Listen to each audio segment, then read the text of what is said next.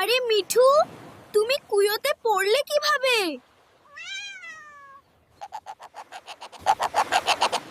আয়রা, মাহিরা, তাড়াতাড়ি এইদিকে আসো।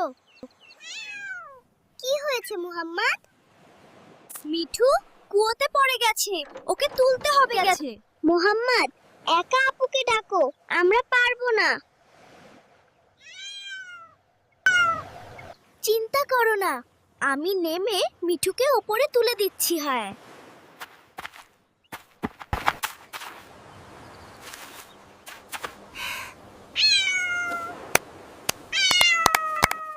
এখন তোমাকে কুয়ো থেকে কে উঠাবে?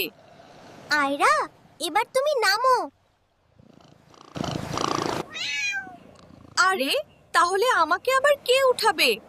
আমি একা আপুকেই ডাকি। কি? মুহাম্মদ, তুই কুয়োর মধ্যে কি করিস? বড্ড দুষ্ট হয়েছিস তুই।